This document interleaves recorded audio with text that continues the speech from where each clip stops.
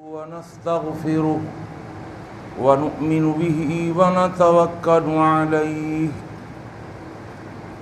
ونعوذ بالله من شرور أنفسنا ومن سيئات أعمالنا من يهده الله فلا مضل له ومن يضلله فلا هادي له ونشهد أن لا إله إلا الله وحده لا شريك له ونشهد أن محمدًا عبده ورسوله أما بعد فإن خير الحديث كتاب الله وخير الهدي هدي محمد صلى الله عليه وسلم وشر الأمور محدثاتها وكل محدثة بدعة وكل بدعة ضلالة وكل ضلالة في النار اللهم صل على محمد وعلى آل محمد كما صليت على إبراهيم وعلى آل إبراهيم إنك حميد مجيد اللهم بارك على محمد وعلى آل محمد كما باركت على إبراهيم وعلى آل إبراهيم إنك حميد مجيد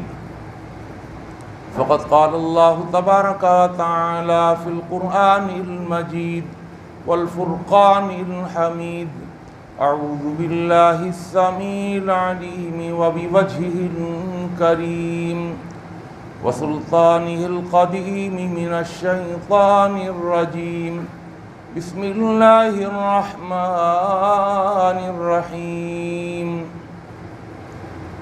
ومن أعرض عن ذكري فإن له معيشة ضنكا ونحشره يوم القيامة أعمى قال رب لم حشرتني أعمى وقد كنت بصيرا قال كذلك أتتك آياتنا فنسيتها وكذلك اليوم تنسى رب اشرح لي صدري ويسر لي أمري واحلل عقدة من لساني يفقهوا قولي سبحانك لا علم لنا إلا ما علمتنا إنك أنت العليم الحكيم اللهم انفعنا بما علمتنا وعلمنا ما ينفعنا وزدنا علما اللهم إنا نعوذ بك من علم لا ينفع ومن قلب لا يخشع ومن نفس لا تشبع ومن دعوة لا تسمع ہر قسم کی تعریفات و تحمیدات، تسبیحات و تقدیسات، تحلیلات و تمجیدات اور تہنیات و تکبیرات اس اللہ جل جلالہ عم نوالہ کے لیے جس کی جتنی بھی تعریفیں بیان کی جائیں، جس کی جتنی بھی حمد و ثنا بیان کی جائے اور جس کی جتنی بھی تحسین و ستائش بیان کی جائے اور جس کے لیے جتنے بھی شکریہ کے کلمات ادا کیے جائیں کم ہیں۔ حق یہ ہے کہ حق ادا نہیں ہو سکتا۔ حمد و ثنا کے بعد درود و سلام نازل ہوں دونوں جہانوں کے سردار پیغمبر آخر الزماں حضرت محمد مصطفیٰ صلی اللہ تعالی علیہ وآلہ وسلم کی ذات اقدس پر، جسد اقدس پر، روح اقدس پر بے شمار بے حد و حساب ان گنت لا تعداد کہ جنہیں اللہ تعالیٰ نے ساری کائنات کے لیے رہبر، رہنما اور تمام جہان والوں کے لیے رحمت بنا کے بھیجا ہے۔ مختصر سی حمد و صلات کے بعد قرآن مجید کا 16واں پارہ 20ویں سورت سورہ طٰہٰ کی آیت نمبر 124، 125 اور 126 تین آیات کریمہ تلاوت کی ہیں۔ اللہ تعالیٰ سے دعا ہے اللہ مجھے اور آپ کو، ہم سب کو قرآن مجید کا صحیح فہم اور قرآن مجید کی صحیح سمجھ عطا فرما دے، اور جمعے کی وساطت سے میں اور آپ جو بھی قرآن و حدیث کی باتیں اور نصیحتیں سنتے اور سناتے ہیں، سمجھتے اور سمجھاتے ہیں، اللہ ہمیں ان پر اخلاص کے ساتھ عمل پیرا ہونے کی بھی توفیق عطا فرما دے۔ ہمیں ویسے وقت نہیں ملتا کہ ہم روزانہ اللہ کی کتاب کو ترجمے کے ساتھ، تفسیر کے ساتھ، تشریح کے ساتھ، احادیث کی روشنی میں اللہ کی کتاب کو سمجھنے کی کوشش کریں۔ ویکلی، ہفتے واری، جمعے کے دن، مہینے میں 4 مرتبہ ایک موقع ضرور ملتا ہے، اور یہ بڑا موقع ہوتا ہے۔ اس موقع کو ضائع نہیں کرنا چاہیے۔ مہینے میں صرف 4 مرتبہ، جبکہ اللہ فرماتا ہے یا ایھا الذین آمنوا اذکروا اللہ ذکرا کثیرا۔ اللہ کا جو ذکر ہے اس کے کرنے کا حکم نہیں دیا جا رہا، بلکہ کثیر کے ساتھ بتا دیا کہ کثیر، کثرت کے ساتھ۔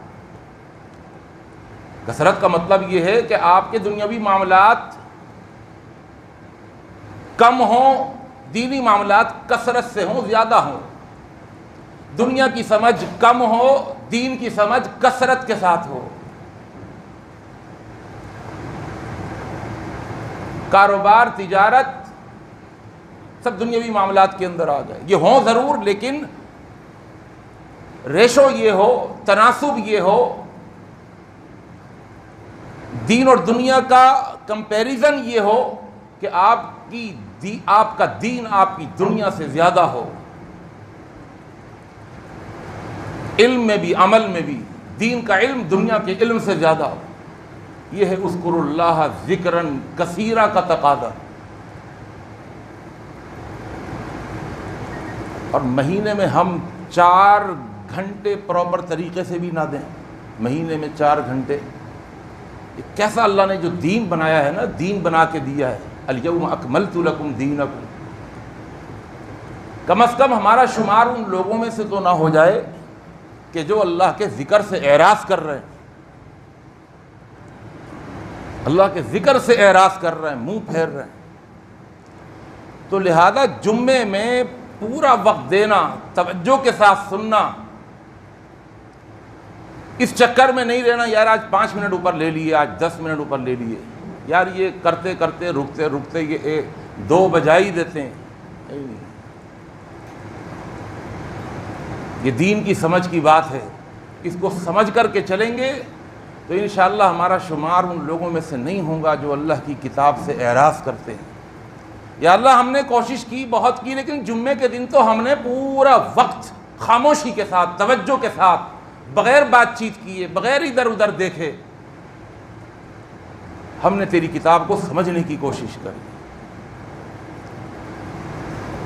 میں آج کے دن کوشش کروں گا کہ اس موضوع کو مکمل کر لوں اللہ کی توفیق سے، ٹو دی پوائنٹ چلوں گا اور اپنے موضوع کو انشاءاللہ مکمل کروں گا۔ آپ توجہ فرمائیے گا۔ میں نے آپ کو بتایا تھا کہ اس آیہ مبارکہ میں، ان تینوں آیتوں میں اللہ تعالیٰ نے انسان کے ایک بہت بڑے جرم کا ذکر کیا، اور اس ایک بڑے جرم کی 2 بڑی سزاؤں کا ذکر کیا۔ جرم یہ ہے کہ اللہ کی کتاب سے لوگ منہ پھیر لیتے ہیں، اللہ کی کتاب سے، اللہ کے ذکر سے لوگ اعراض کرتے ہیں، یہ جرم ہے بہت بڑا۔ ہماری نگاہ میں جرم نہ ہو، بس ایک غفلت ہو، سستی کہہ لیجئے، کاہلی کہہ لیجئے، وقت نہیں ملتا، کچھ مصروفیات بہت زیادہ ہیں، یوں کہہ لیجئے، لیکن اللہ کی کتاب کی روح سے یہ غفلت نہیں ہے، یہ کوئی سستی وستی نہیں ہے، یہ ایک بہت بڑا جرم ہے۔ ایسا جرم کہ جس کی سزا ملے گی، اور سزا بھی ایک نہیں 2 سزائیں ملیں گی۔ پہلی سزا آپ کو میں نے بتایا تھا کہ اللہ فرماتا ہے فَإِنَّ لَهُ مَعِيشَةً ضَنْكَ، کہ ہم اس کی معیشت کو زنگ کر دیں گے، ہم اس کی معیشت کو تنگ کر دیں گے۔ معیشت کہتے ہیں گزران کو، زندگی کو۔ کون سی زندگی؟ گزشتہ جمعے میں نے بتایا تھا کہ معیشتاً ضنکا سے مراد ہمیں یہ بھی ملتا ہے احادیث میں کہ اس سے مراد عالم برزخ کی زندگی ہے، یعنی مرنے کے بعد کی زندگی، آخرت تک، قیامت کی صبح تک۔ مرنے کے بعد سے لے کر قیامت کی صبح تک مہینہ گزرے، سال گزرے، صدیاں گزریں، زمانے گزر جائیں، یہ جو ٹائم پیریڈ ہے اس کو کہتے ہیں عالم برزخ۔ ہم یہ عالم برزخ کی زندگی کو اس کے اوپر تنگ کر دیں گے۔ ایک معنی یہ میں نے بیان کیا تھا، اور اللہ کی توفیق سے اس کو بڑی وضاحت کے ساتھ اور صراحت کے ساتھ آیات کی روشنی میں اور احادیث کی روشنی میں اس کو قدراً تفصیل سے بیان کر دیا تھا۔ معیشتاً ضنکا سے مراد دنیاوی زندگی بھی ہو سکتی ہے، یہ ہے آج کا موضوع۔ اور پھر آخری بات رہ جائے گی کہ دوسری سزا کیا ہے، وہ بھی میں کوشش کروں گا کہ آج ہی کے جمعے میں اس مسئلے کو بیان کر دوں، آپ توجہ فرمائیے گا۔ معیشتاً ضنکا سے مراد یہ بھی ہو سکتا ہے کہ اللہ فرماتے ہیں جو میرے ذکر سے، میرے قرآن سے، میری یاد سے اگر اعراض کرے گا، منہ پھیرے گا، پہلو تہی اختیار کرے گا، تو میں اس کی دنیاوی زندگی کو تنگ کر دوں گا۔ دنیاوی زندگی کو آج ہم معیشت اور معنی میں لیتے ہیں کہ تھوڑی معیشت غیر مستحکم ہے، فائنینشلی اعتبار سے ہم تھوڑے ویک ہیں، ہم اس کو سمجھتے ہیں۔ معیشت کہتے ہیں، عاش یعیشو کے معنی آتے ہیں عیش کرنا، زندہ رہنا، سروائیول کرنا، گزارنا، اس کو کہتے ہیں۔ تو معیشتاً ضنکا سے مراد دنیاوی زندگی بھی ہو سکتی ہے۔ اب دنیاوی زندگی کو تنگ کرنے کا معنی کیا ہے، بس وہ سمجھ لیں۔ دنیاوی زندگی کو تنگ کرنے کا معنی ہرگز یہ نہیں ہے کہ کاروبار نہیں چلے گا۔ آج ہم نے یہی سمجھا ہوا ہے، غربت کے ساتھ زندگی گزاریں گے۔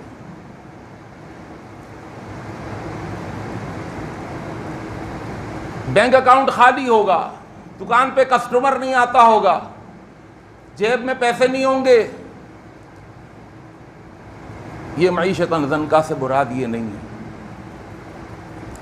کیوں؟ اس لیے کہ کتنے ہی ایسے لوگ ہیں کہ جو سب سے زیادہ اس قرآن سے غافل ہیں۔ آپ سینکڑوں نہیں ہزاروں مثالیں دکھائیں گے کہ جنہوں نے روزانہ کی بنیاد کو چھوڑیے، ہفتے کو چھوڑیے، مہینوں کو چھوڑیے، سال میں بھی قرآن نہیں اٹھایا ہوگا، لیکن ان کی دنیاوی زندگی تو بڑے عیش و عشرت والی زندگی گزر رہی ہے، بڑی پرتعیش زندگی گزر رہی ہے، بڑے آرام والی زندگی گزر رہی ہے۔ ان کی معیشت تنگ تو نہیں ہے۔ تو اس سے یہ پتہ چلا کہ یہ جو معنی اور مفہوم اگر ہم لیں کہ اس کی دنیاوی زندگی تنگ ہو جائے گی، وہ غریب بن جائے گا، مسکین بن جائے گا، اس کا گزر بسر مشکل سے ہوگا، یہ اس کا معنی اور مفہوم نہیں لیا جا سکتا۔ بلکہ مفسرین حضرات نے جو اس کا معنی بیان کیا ہے دنیا کے حوالے سے، وہ یہ کیا ہے کہ اس کے پاس بے شک دنیا ہو، مال و دولت کی خوب ریل پہل ہو، اس کے اکاؤنٹ بھرے ہوئے ہوں، اس کا چلتا ہوا بزنس ہو، کاروبار ہو، کروڑوں حاصل کرنے کے بعد بھی مزید کروڑوں کے حصول کے اندر وہ لگ جائے گا،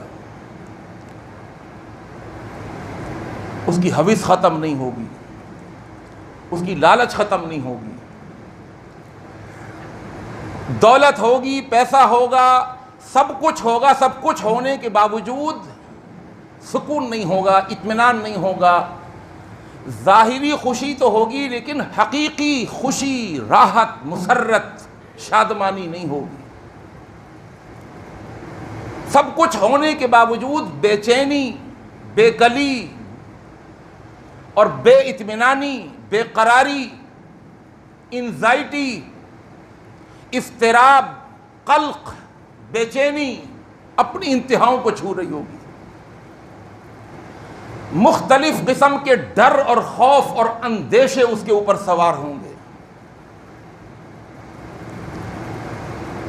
دسترخوان کے اوپر قسم ہا قسم کے کھانے چنے ہوئے ہوں گے، لیکن وہ ان کھانوں سے محروم ہوگا۔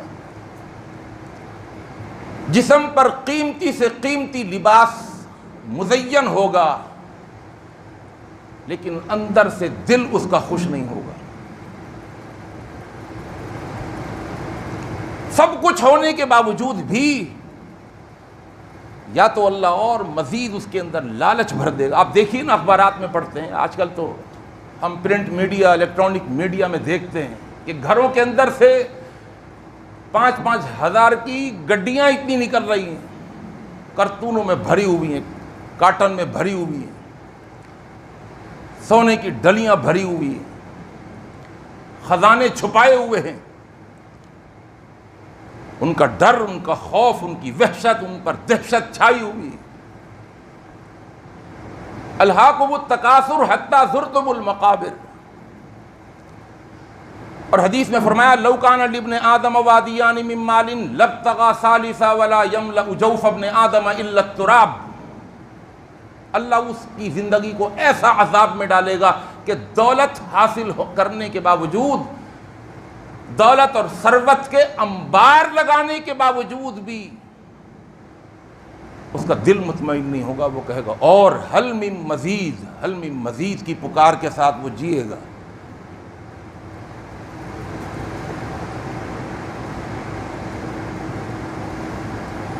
یہ جو زندگی ہے، یہ اطمینان والی زندگی نہیں ہے، یہ سکون والی زندگی نہیں ہے، یہ فرحت والی زندگی نہیں ہے۔ یہ اندر کے سکون، ہاں مصنوعی خوشی تو نظر آئے گی، بظاہر بڑا خوش و خرم ہوگا، بظاہر بڑی اچھی پوشاک ہوگی، لیکن اندر سے مغموم ہوگا۔ بہت سارے اندیشے، توہمات، تفکرات، بہت سارے خیالات، بہت سارے وسوسے اس کو چین سے جینے نہیں دیں گے۔ اللہم لا تجعلنا منہم، اللہ ایسی دولت رکھنے والوں سے بھی بچائے اور محفوظ رکھے کہ دولت اس کے لیے، اللہ اسی دولت کو اس کے لیے عذاب بنا دے گا۔ وہ رات کو سونا بھی چاہے گا تو نیند کی گولیاں لیے بغیر اسے نیند نہیں آئے گی۔ آج یورپ کے معاشرے، بظاہر کوئی اعتراض کر سکتا ہے کہ یار وہ تو کافر ہیں، مشرک ہیں، لیکن ان کی عیش و عشرت کی زندگی تو دیکھو، ان کا آرام تو دیکھو، ان کی دنیاوی راحتیں تو دیکھو۔ اور دنیا کے اندر وہ لوگ جو ہمارے معاشرے میں جیتے ہیں، ہمارے ملک میں رہتے ہیں، اور ہم انہیں دیکھتے ہیں کہ یار بظاہر تو کوئی تکلیف نظر نہیں آ رہی، مولوی صاحب یہ اپنی طرف سے آپ کہہ رہے ہیں اندر سے خوش نہیں ہیں، یہ صرف ظاہری طور پر خوش ہیں، اور ان پر کوئی اللہ کا عذاب نہیں آیا، ان پر کوئی معیشت تنگ نہیں ہوئی۔ آئیے میں آپ کو تعارف کرواؤں اللہ کے ایک قانون سے۔ وہ قانون بڑا ہلا دینے والا قانون ہے۔ جب اس قانون سے متعلق قرآن مجید کی آپ یقین جانیے، جب میں آیتیں پڑھتا ہوں ہل کر کے رہ جاتا ہوں۔ قانون امہال ایک اللہ کا قانون ہے، ایک قانون استدراج ہے، استدراج اور قانون امہال۔ امہال کا مطلب اگر میں اردو زبان میں ہی ترجمہ اس کا کروں، امہال مہلت سے ہے، مہلت دینا، کرے جاؤں میاں خوب عیاشی کیے جاؤ۔ استدراج، استدراج کا بھی اگر میں اردو زبان میں ترجمہ کروں، درجہ بدرجہ استدراج اسی سے نکلا ہے۔ اللہ فوراً نہیں پکڑتے، یہ اللہ کا قانون ہے۔ اللہ ڈھیل دیتے ہیں، وَأُمْلِي لَهُمْ، ہم ان کو ڈھیل دیتے ہیں۔ إِنَّ كَيْدِي مَتِينٌ، جب پکڑتے ہیں تو بڑا مضبوط پکڑتے ہیں، چھڑا کوئی نہیں سکتا۔ وَأُمْلِي لَهُمْ إِنَّ كَيْدِي مَتِينٌ۔ قانون امہال کے بارے میں 2-3 آیتیں آپ کو سناؤں گا، اگر آپ توجہ کریں گے تو آپ کو اس قانون کو سن کر سمجھ کر مزہ آ جائے گا۔ پہلی آیت اللہ کیا فرماتے ہیں؟ فَلَمَّا نَسُوا مَا ذُكِّرُوا بِهِ، اللہ کا قانون امہال۔ جب وہ بھول جاتے ہیں، فلما، پس جب، نسو، نسیان سے بھول جاتے ہیں، کیا چیز بھول جاتے ہیں؟ ما، اس چیز کو، ذکروا بھی، ذکروا وہی ذکر سے نکلا ہے، میرے موضوع سے متعلق گفتگو ہو رہی ہے، آگے پیچھے نہیں جا رہا میں. وہ چیز ذکروا بھی جس کے ذریعے سے نصیحت پکڑنی چاہیے تھی ان کو، جس کے ذریعے ان کو نصیحت کی گئی تھی، اللہ کی کتاب کو بھول جاتے ہیں. ہم کیا کرتے ہیں؟ اللہ فرماتے ہیں فتحنا علیہم ابواب کل شیء. فتحنا، فتح یفتح کے معنی کھول دینا، ہم کہتے ہیں نا افتتاح کروایا، کھول دیا. فتحنا ہم کھول دیتے ہیں، علیہم ان پر. اللہ آپ کیا کھول دیتے ہیں ان پر؟ ابواب، ابواب باب کی جمع ہے، باب کہتے ہیں دروازہ، ابواب بہت سارے دروازے. اللہ کہتا ہے دنیا کا کوئی ایک دروازہ نہیں، کوئی ایک کاروبار کا دروازہ نہیں، آنے کی کوئی ایک جگہ نہیں، بلکہ ہم ابواب کل شیء، ہر چیز کے دروازے ان پر کھول دیتے ہیں، ہر چیز کے دروازے. عزت کے دروازے سے عزت بہت آ رہی ہے، اس دروازے سے نوکر چاکر بہت آ گئے، اس دروازے سے دولت بہت آ گئی، اس دروازے سے تعلقات بہت بڑھ گئے، اس دروازے سے انسان کا سیر و سیاحت بہت بڑھ گیا، اس دروازے سے پراپرٹی بڑھتی چلی جا رہی ہے. فتحنا علیہم، کھول دیتے ہیں ہم ان پر، ابواب کل شیء، ہر چیز کے، ہر نعمت کے دروازے ان پر کھول دیتے ہیں. یہ اللہ کا قرآن ہے. حتیٰ کہ میں وہ ترجمہ کرتا ہوں جو اردو زبان کے قریب قریب ہو. حتیٰ کہ، اگرچہ انگلش میڈیم اسکول میں جانے والے بچے جو اپنی اردو بھی خراب کر چکے ہیں انہیں نئی ترجمہ آئے گا یہ. حتیٰ کہ، یہاں تک کہ، اذا فریحو فرحت سے نکلا ہے، فرحت خوشی کو کہتے ہیں. حتیٰ کہ اذا فریحو، جب وہ خوش ہو جاتے ہیں، فرحت والی زندگی گزارنے لگتے ہیں کہ ہر نعمت کا دروازہ کھلا ہوا ہے، دولت کی، شہرت کی بڑی ریل پہ نوکر چاکر آگے پیچھے پھر رہے ہیں. حتیٰ اذا فریحو، یہاں تک کہ جب وہ خوش ہو جاتے ہیں کس چیز پر؟ بما اوتو، اس چیز پر جو وہ دے دیے گئے. حتیٰ اذا فریحوا بما اوتو، ہم کیا کرتے ہیں؟ اخذناہم بغتۃ، اخذناہم، اخذنا ہم پکڑ لیتے ہیں. اور اگر میں اردو کے اندر ترجمہ اس کا کروں، عربی کے ساتھ جوڑتا ہوا اردو کو، اخذنا مواخذے سے بھی، اس کا مواخذہ کرنا، سمجھتے ہیں نا، مواخذہ کرنا، کسی کا باس پرس کرنا، پکڑ لینا. اخذنا ہم، پھر ہم ان نعمتوں میں کھیلنے والے، ہر نعمت سے لطف اندوز ہونے والوں کا ہم کیا کرتے ہیں؟ اخذنا ہم، پکڑ لیتے ہیں ان کو، بغتتاً، اچانک. یہ ہے اللہ کے قانون امہال اور قانون استدراج کا بندہ، درجہ بدرجہ. جیسے آپ نے دیکھا ہوگا بچپن میں ہم بھی چڑیاں بڑی پکڑا کرتے تھے، کہیں سے بھی ٹوکرا پیٹی لی، ایک لکڑی پہ رسی باندھ دی، صحیح ہے. میں اس لیے یہ جملہ ابھی بتا رہا ہوں تاکہ بچے بھی متوجہ ہو جائیں، ان کو بھی پتہ چلے چڑیا کیسے پکڑی جاتی ہے. اور وہ پیٹی کے ایک طرف پیٹی کو آدھا کھڑا کیا، نیچے لکڑی لگائی، رسی کو، باریک سی رسی کو، دھاگے کو پکڑ کے لے کر انتظار کر رہے ہیں.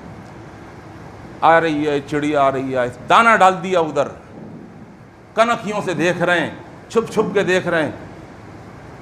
جیسے ہی اندر آئی لکڑی کھینچی اور وہ بند. یہ ہے قانون استدراج. وہ کھانا کھاتے کھاتے کھاتے کھاتے اور آگے کی طرف بڑھنے لگتا ہے وہ پرندہ کہ آگے تو بہت سارے دانے رکھے ہوئے ہیں. اور جیسے ہی وہ لالچ اور بڑھتی ہے، وہ حرص اور بڑھتی ہے، وہ اپنی طرف کھینچتی ہے، اور پھر دیکھنے کے بعد وہ کہتا ہے یہاں تو میں سب سے بڑھ جاؤں گا، سب سے زیادہ حاصل کر لوں گا، سب کو پیچھے چھوڑ دوں گا. اخذناہم بغتتاً، پھر ہم اچانک پکڑ لیتے ہیں. آخری جملہ آیت کا، فَإِذَا هُمْ مُبْلِسُونَ،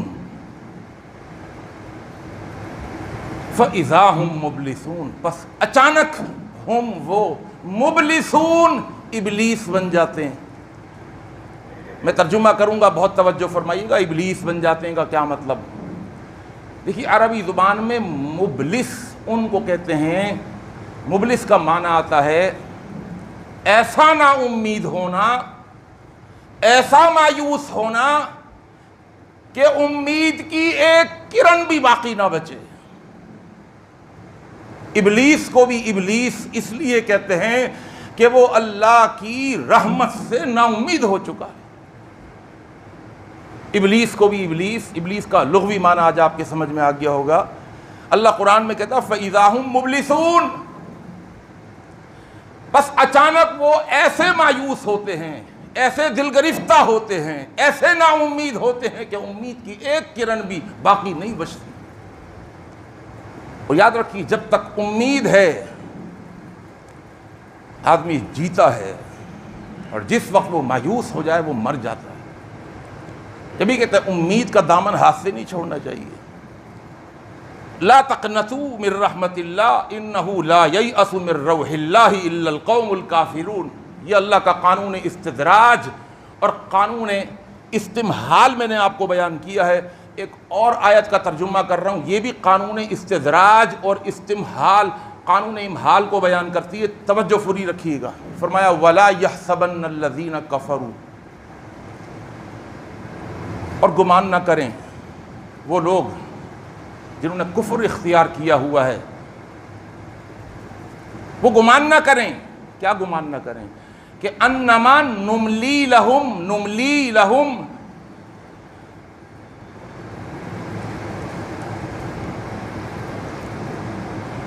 خیر لانفسہم، کہ یہ جو ہم ان کو ڈھیل دیے جا رہے ہیں خیرن، یہ بہتر ہے ان کے لیے. یہ کوئی پکڑتا ہی نہیں ہے، کوئی پوچھتا ہی نہیں ہے، سال ہا سال سے حرام کمائی کرتے چلے جا رہے ہیں، کوئی پکڑ نہیں آئی، کوئی گرفت نہیں آئی، نہ اللہ کی طرف سے نہ لوگوں کی طرف سے، کسی کو کچھ پتہ ہی نہیں. بڑے رازدارانہ انداز کے اندر بہت ہی سیکریٹ کام ہو رہا ہے.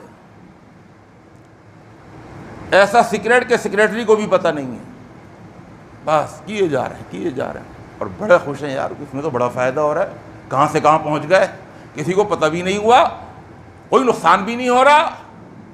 فرمایا وہ خیال نہ کریں انما نملی لہم، یہ جو ہم ڈھیل دیے جا رہے ہیں خیر لانفسہم، کہ یہ ان کے لیے بہتر ہے. انما نملی لہم، اللہ اکبر. انما کا ترجمہ میں کر رہا ہوں، صرف ڈھیل دینے کی صرف ایک ہی وجہ ہے. انما کا ترجمہ صرف ایک وجہ ہے ان کو ڈھیل دیے جانے کی، اور ڈھیل کی رسی دراز کرنے کی ایک ہی وجہ ہے. انما نملی لہم، ہم جو ان کو اتنی ڈھیل دیے جا رہے ہیں وہ صرف اور صرف اس لیے لیزدادوا اثما، اسم کہتے ہیں گناہ کو، اور ازدادو زیادہ سے ہے، لیزدادوا اثما، تاکہ یہ گناہ میں اور آگے بڑھتے چلے جائیں. لیزدادوا اثما. میرے دوستو، میرے بزرگوں، اگر نعمتیں بڑھ رہی ہیں اور ان نعمتوں کے ساتھ ساتھ اللہ کی نافرمانیاں بھی بڑھ رہی ہیں، بڑی خطرناک چیز ہے.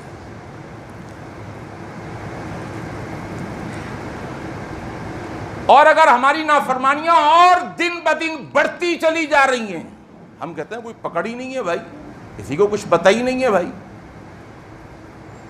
تو سمجھ لیجیے اللہ اس لیے نعمتیں نہیں روک رہا، اس لیے اللہ اس کی رسی کو دراز کیا جا رہا ہے کہ یہ اور جتنا گندا ہو سکتا ہے ہو جائے گندا، جتنا گناہوں میں ڈوب سکتا ہے ڈوب جائے گناہوں کے اندر. لیزدادوا اثما وَلَهُمْ عَذَابٌ مُّهِینٌ. اور جب ہم اس کو پکڑتے ہیں تو اس کو ایسا عذاب دیتے ہیں مہین. جو مہین کا ترجمہ میں کروں اردو کا اہانت سے، اہانت کہتے ہیں، توہین سے نکلا ہے نا، توہین، اس کی اہانت کر دی، توہین. وَلَهُمْ عَذَابٌ مُّهِینٌ. جب اللہ کا عذاب آئے گا تو وہ عذاب اس کی توہین کر کے رکھ دے گا، اس کی عزت کو ذلت سے بدل کے رکھ دے گا۔ ایک اور آیت ہے، قانون استدراج اور امہال سمجھ میں آ جائے اگر کسی کے، وہ نعمتیں بڑھنے کے ساتھ ساتھ اپنے فکر کو بھی بڑھائے گا، یار اللہ کی نعمتیں اور بڑھ گئیں، اس لیے تو نہیں کہ اللہ کہتا ہے اور گناہ بڑھا لے۔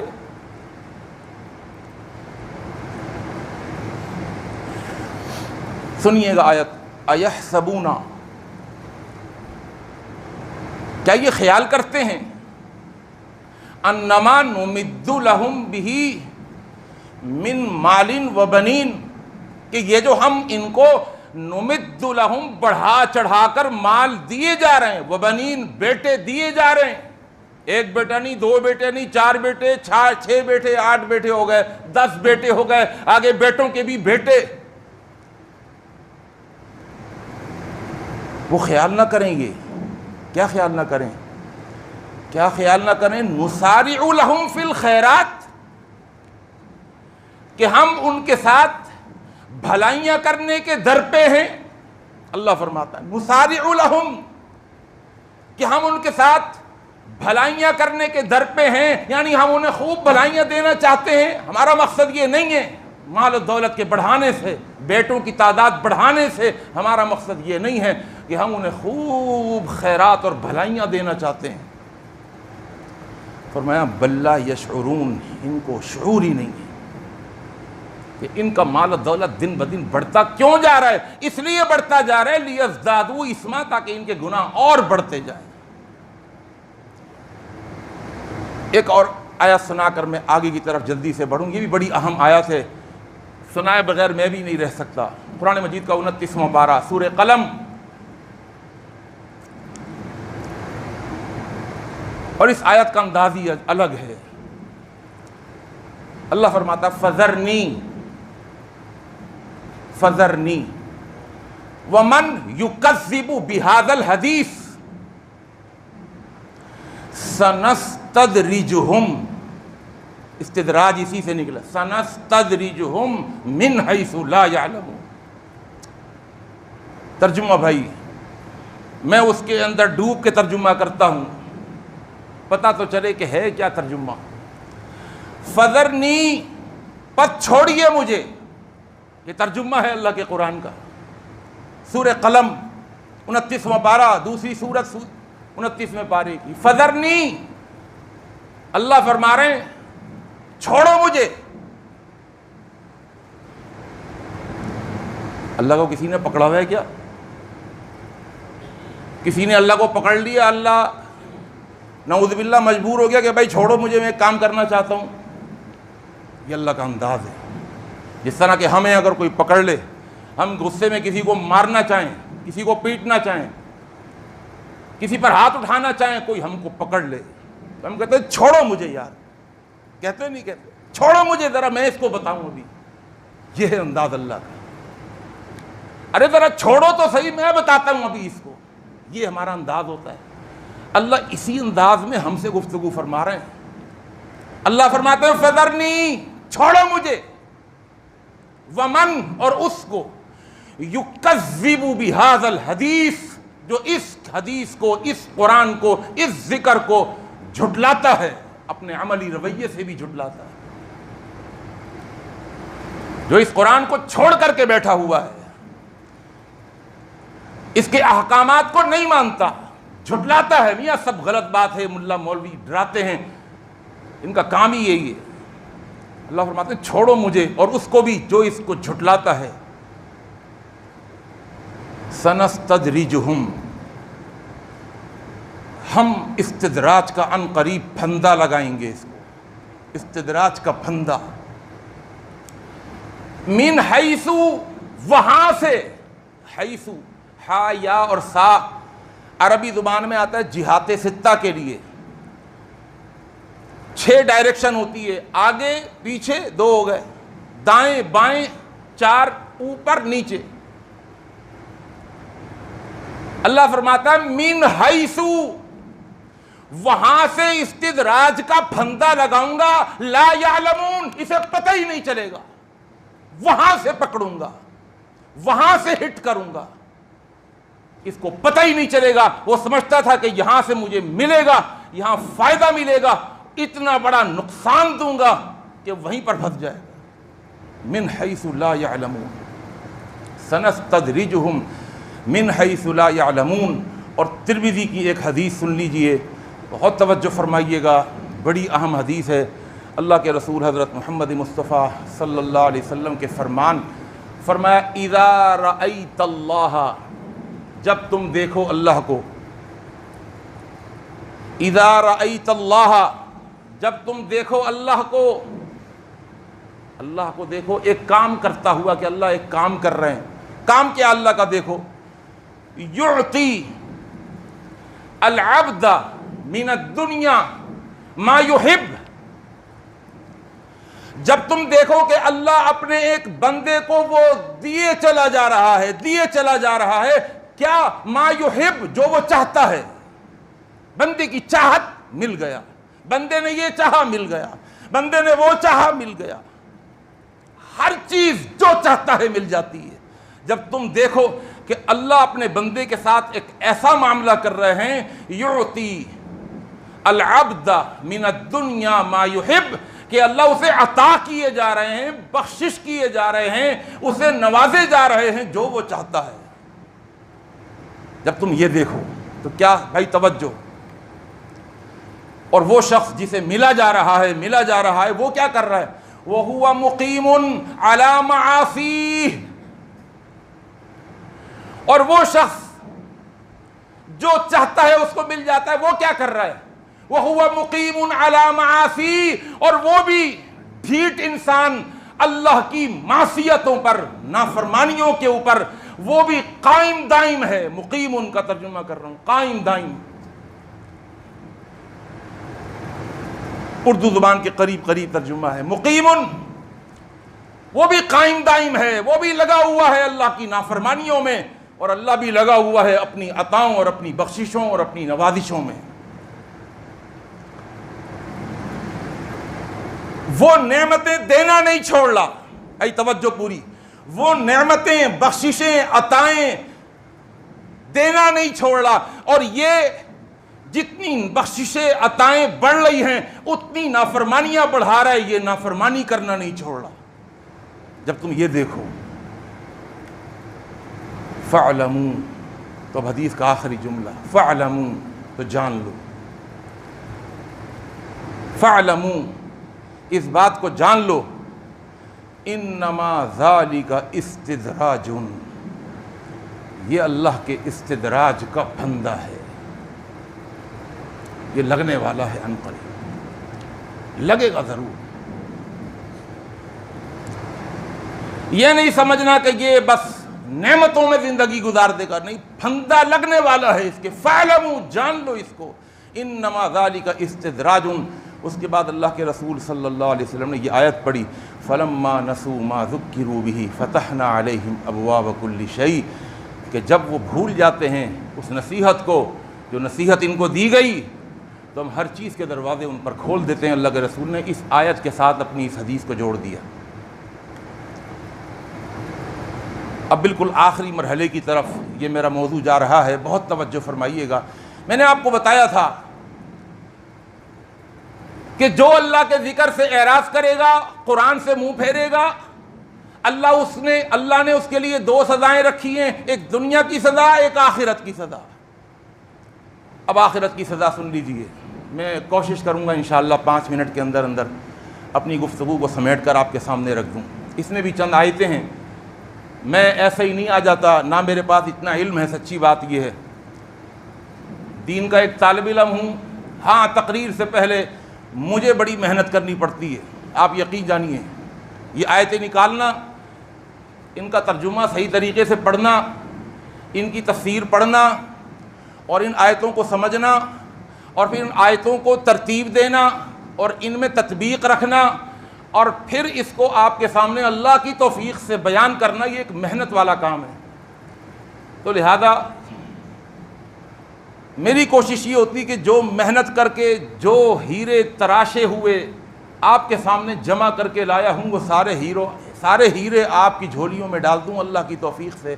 تو بھائی اس آیت کا جو آخری مرحلہ ہے جہاں اللہ دوسری سزا کا ذکر کرتا ہے اس کو ذرا سن لیجئے۔ اس کو ذکر کرنے سے پہلے ایک آیت پھر رہ گئی،